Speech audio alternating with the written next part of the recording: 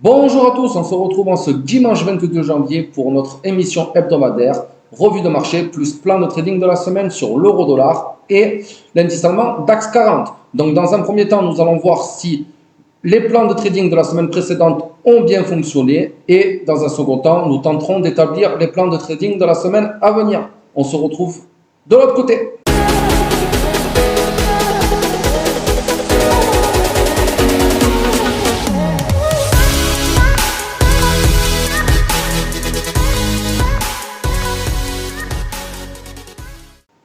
Donc voilà les amis, ça y est, on se retrouve maintenant sur un graphique du DAX 40 en H4. Donc on se retrouve ici, nous étions à la clôture de la semaine précédente, donc au vendredi 13 janvier, nous étions là et j'avais dit éventuellement qu'on aurait pu acheter.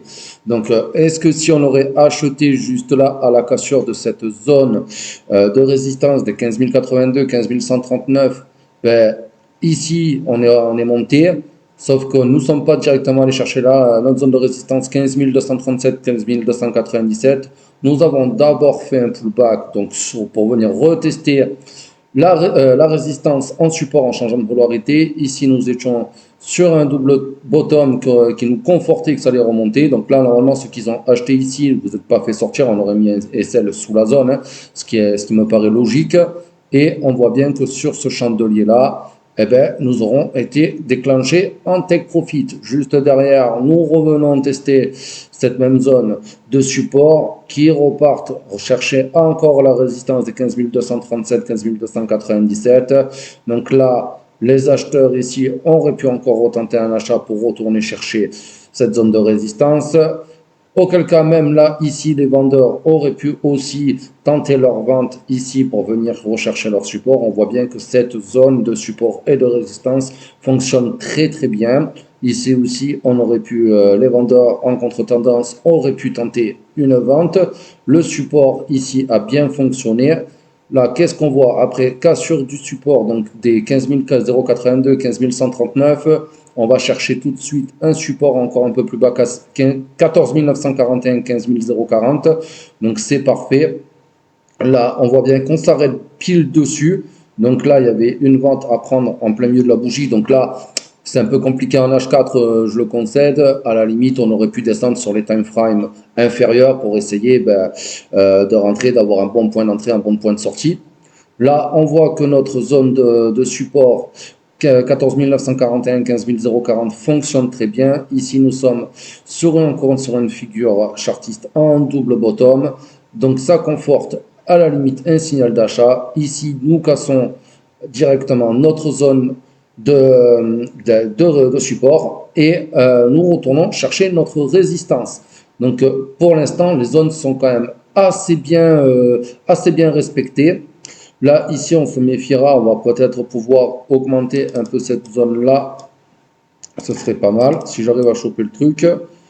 Parce que on voit que cette mèche est venue taper ici. Donc là, ceux qui sont rentrés, par contre, en cassure et en train de bouger, ben, vous êtes fait sortir. Hein, donc là, vous avez tapé un SL, forcément. Donc c'est toujours compliqué de rentrer en cassure. Il faut vraiment avoir des bons setups et des bonnes confirmations. Parce qu'on voit bien que là, on aurait fait un SL. Donc, on va augmenter la zone. Ici, je prends. Et on va rectifier. Donc, la borne haute de cette zone serait les 14 901. 14 901. Oui, moi, je mets toujours des chiffres précis. Voilà. Tout le monde, d'autres personnes diront que ce sera la borne, enfin la résistance des 900. Moi, j'aime bien mettre des chiffres précis, 901. Voilà, surtout parce que moi je suis un scalper à la base, hein, donc c'est pour ça que j'aime bien toujours mettre des chiffres précis. Ici c'est 139 à la place de 140, ici c'est 82 à la place de 80. Donc voilà, je sais que les analystes et les traders intraday, voire long terme, me diront oui ça sert à rien. Bon moi je préfère. Voilà. Ensuite, donc là pour le plan de trading de la semaine, qu'est-ce qu'on verra? Donc là pour l'instant nous sommes haussiers. Nous sommes quand même sur cette résistance de 15 082, 15 139. Donc pour les acheteurs, eh ici vous aurez normalement, vous avez déjà pris des bénéfices. Là, ce qu'il faudrait plutôt attendre, donc là, on va continuer à prendre nos flèches comme tous les week-ends. Ici, moi, j'attendrai personnellement que On casse cette zone de résistance pour aller chercher la zone de résistance ici, 15 237, 15 297, car on voit ici qu'elle a vraiment bien fait son travail. Donc ça peut être pas mal. Sinon, les acheteurs attendront peut-être qu'ici, ça rejette un petit peu comme ça la résistance, qu'on revienne sur le support des 14 941, 15 040 avant éventuellement de repartir à la hausse. Bien entendu, on fera attention à cette résistance ici. Donc on pourra s'en servir comme TP1 et de 2 ici, de TP2 ici, voire même un TP3 et ainsi de suite. Hein. Vous avez toutes les résistances futures qui sont marquées. Pour les vendeurs, les vendeurs, qu'est-ce qu'on pourrait faire? Déjà, vous êtes ici, donc là, vous êtes sur une zone de résistance. Donc, peut-être attendre d'avoir des patterns de retournement, d'avoir vraiment des vrais signaux et peut-être essayer de vendre pour venir chercher ce support des 14 941, 15 040, voire ainsi de suite, support 14 778, 14 901. Ou encore retour ici sur le support des 14 506, 14 663.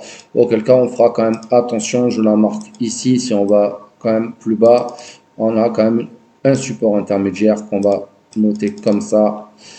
Hop, je vous le mets en orange. On s'en fout de la couleur, hein, très sincèrement. Et on va mettre un texte ici en noir. Donc ce sera les 14 701, 14 701 et 14 727. 14 727. Voilà, un petit peu d'analyse. Je ne couperai même pas ça en montage. Comme ça, vous voyez comment je trace mes zones. C'est très bien. C'est toujours autant pénible à sélectionner. Donc voilà, je vous la mets au-dessus. Donc voilà, pour les vendeurs, vous ferez gaffe ici à cette zone 14 701, 14 727.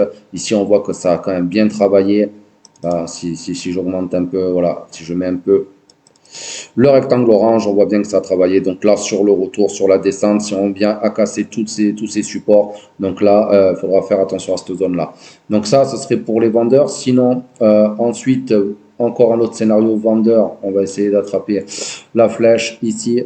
Ça aurait peut-être d'attendre qu'on casse cette zone de résistance 15 082, 15 139, qu'on vienne chercher cette résistance ici.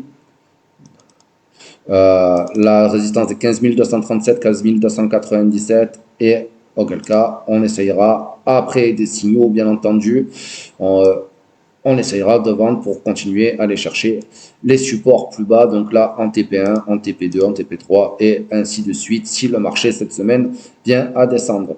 Donc voilà pour cette analyse sur le DAX 40 en unité de temps H4. Maintenant on va passer sur l'euro-dollar. Et donc sur l'euro-dollar, donc là nous étions là ici le vendredi 13 janvier à la clôture, nous étions là. Ici on aurait pu éventuellement vendre. Alors attendez, on va un peu grossir parce que sinon on n'y voit rien. Donc je vais enlever ça. Aussi ce sera plus simple. Donc là ici j'avais dit qu'éventuellement on aurait pu essayer de vendre sur la résistance des 1,08 33, 1,08 442 et qu'est-ce qu'on voit? On voit de toute façon qu'ici, les zones sont assez pénibles. De toute façon, on voit que les zones sont assez pénibles parce qu'elles sont vraiment très très rapprochées. Il a fallu que j'aille chercher les zones en fait, sur la période entre Noël et jour de l'an où il n'y avait pas vraiment de volatilité. Donc quand il n'y a pas de volatilité, ça marque des supports et des résistances. Vraiment, on a l'impression que c'est tous les centimètres. On dirait vraiment c'est un quadrillage le truc. Donc c'est vraiment, je suis obligé de les marquer parce que le problème c'est qu'on ne sait pas laquelle vraiment va vraiment travailler. Je peux pas vraiment vous dire celle-là on l'enlève, celle-là on l'enlève, ce serait pas professionnel parce que on voit bien que malgré tout, même si c'est assez difficile à analyser, on voit bien que toutes les zones font leur travail, hein. On voit bien que donc elles ont le mérite d'exister. Donc, qu'est-ce qu'on voit? Donc ici, ceux qui auraient tenté éventuellement un achat là, sur ce support-là, ça aurait pu fonctionner. On voit qu'ici, ça, par contre, là, cette résistance n'a pas fonctionné là. Et on est allé retourner, donc chercher les 1,08 524, 1,08 656 juste ici. Là, ici, ceux qui ont vendu, on voit bien que ça a fonctionné. Bon, de toute façon, on voit que clairement, nous sommes dans un range. Donc on va peut-être essayer de simplifier la chose. Je ne sais pas comment on va faire ça en direct live, mais voilà, on voit que de toute façon nous avons rangé ici. Donc là, la borne haute du range serait clairement là.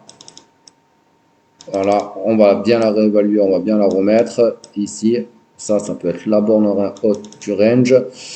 Maintenant qu'on a mis comme ça, on est sur les 1,08 692. Hop, on va changer ici. 1,08 692. Voilà. Moi, ce que j'ai envie de vous dire, c'est que pour la borne haute du range, on va la mettre, pourquoi pas, en orange. On s'en fout de la couleur, c'est juste pour la marquer. Voilà, hop, la borne basse du range, on voit bien qu'elle est ici. Donc, elle a plutôt bien été respectée, c'est plutôt pas mal. On va quand même prendre la, voilà, pour faire une borne basse ici. Voilà. On va la mettre aussi en orange, ça sera pas plus mal. Comme ça, on voit bien que le range il existe. Voilà, on prolonge un peu devant. Donc, hop. Ici, qu'est-ce que nous avions dit? Donc ici, c'est 798. 798. Et en haut, on a dit que c'était 942. 942. Voilà notre zone parfaite. Voilà, donc, et quand on voit ça, on voit bien que, regardez, maintenant que j'ai délimité le range, on voit bien qu'on a tapé borne haute, borne basse. Bon, là, ici, hein, nous étions là à la clôture, on ne pouvait pas savoir, mais regardez comment le marché l'a fait. Il est venu chercher la borne haute, on est revenu chercher le middle range juste ici. Encore borne haute, encore borne basse, borne haute, borne basse. Donc clairement, ceux qui avaient identifié le range toute la semaine, franchement, vous avez dû vous gaver parce que vous avez vendu la borne haute, vous avez acheté la borne basse, donc c'est merveilleux. Là, ça continue. Donc voilà, on voit aussi que là, le middle range a bien fait son travail. Nous avons quand même deux résistances, enfin deux zones importantes, hein, peu importe que ce soit résistance ou support suivant la direction du marché. C'est encore autant pénible. Hop, j'essaie d'attraper ma zone qui ne veut pas s'attraper. Voilà. Bon, très embêté avec ces zones. Bon, je vous la mets pas, mais sinon ça prend 10 ans. J'ai pas envie de couper au montage. Vous avez compris ce que je veux dire. Donc là, cette zone continuera à faire effet. Donc là, les scénarios acheteurs et vendeurs, vous avez compris, hein, comme tout le restant de la semaine. Hein. Donc là, on est sur la bonne haute du range. À voir ce qui va se passer ici pour les vendeurs. Bien entendu, je me suis trompé d'outil. Je prends celui-là, bien entendu. On essaiera de shorter, donc de vendre la borne haute après vos propres signaux, bien sûr, et tout. Et on fera gaffe justement à ce support-là des 1,0833, 1,08 442. Et ce support-là aussi que je ne peux pas vous noter, enfin si je vais le noter par rapport à ça, 1,08 118, 1,08 225, juste là, donc ça peut faire TP1, TP2 et TP3, bien sûr, sur le final, hein, juste ici, hein, donc sur la borne basse du range, hein, 1,07 798, 1,07 942. On va quand même ici, je vais quand même rectifier ça parce que ça ne me plaît pas du tout cette zone. Oh, j'arrive pas à l'attraper. Hein. Ah, ça y est, j'ai réussi enfin. Voilà, hop.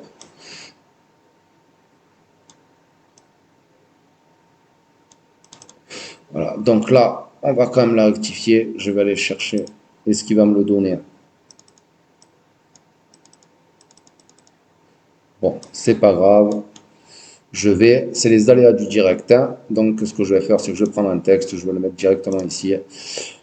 Donc là, on va mettre les 1,08, soit 0,78, 1,08,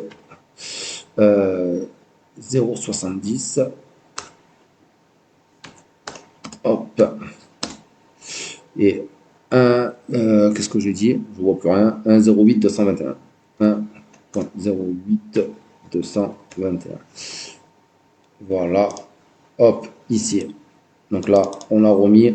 Donc voilà, hein, comme j'avais dit, les vendeurs ici. Hein, donc là, ce support à faire attention, ce support en TP2, donc TP1, TP2, TP3, ça peut être pas mal. Sinon, pour les vendeurs encore, eh bien, vous attendrez qu'on casse le range et qu'on aille chercher cette zone-là ici de résistance 1,08 768, 1,08 859. Le souci, c'est que vous savez que si on casse un range vers le haut, il y a de fortes chances qu'on part vers le haut. Donc faites gaffe, si vous vendez ici sur cette résistance, il y a de fortes chances que ça fasse un pullback juste là sur le haut du range et que ça reparte à la hausse. Donc les vendeurs, pour moi, vous faites attention si on casse le haut du range. Donc voilà pour les scénarios vendeurs. En tout cas, maintenant, on va passer au scénario acheteur. Les acheteurs, hop, on va prendre ici. Donc les acheteurs, ici, vous êtes sur la borne haute du range. Vous serez bien senti d'attendre, de retourner chercher les supports en bas pour acheter. Donc là, si vous revenez chercher ce support-là comme ça, ici, voilà, là vous êtes sur résistance, ça rejette, ça vient chercher le support-là. Vous pouvez tenter de racheter.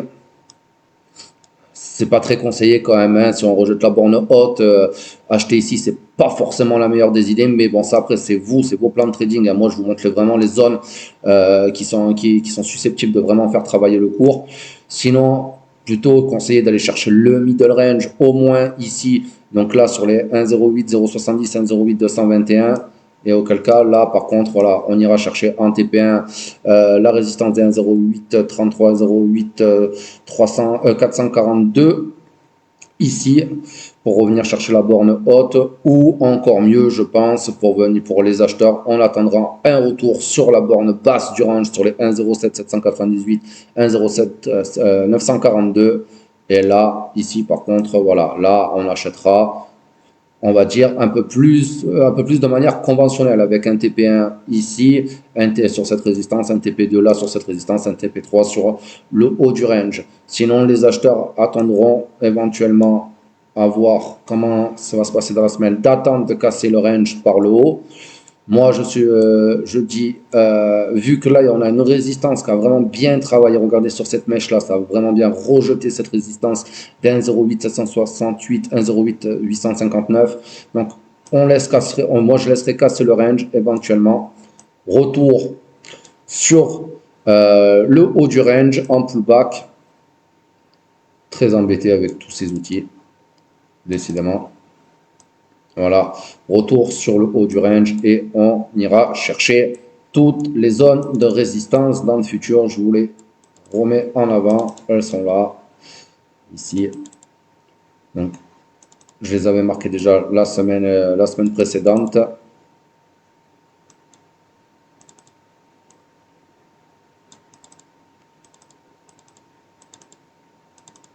Voilà. Donc, ce sera la zone ici des 1,09 083, 1,09 225. Je vais vous passer les premiers chiffres. Hein. Donc, après, il y aura la résistance des 357 959, 459, pardon.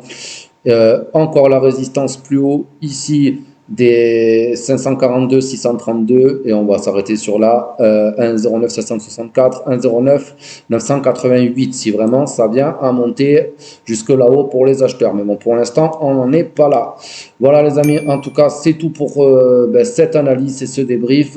Je vous souhaite une très bonne semaine de trading. Soyez prudents et je vous donne rendez-vous la semaine prochaine, donc dimanche prochain, pour une nouvelle analyse. N'hésitez pas à liker, partager et commenter la vidéo, ça fait toujours plaisir. Sur ce, je vous dis à très bientôt. Allez, ciao!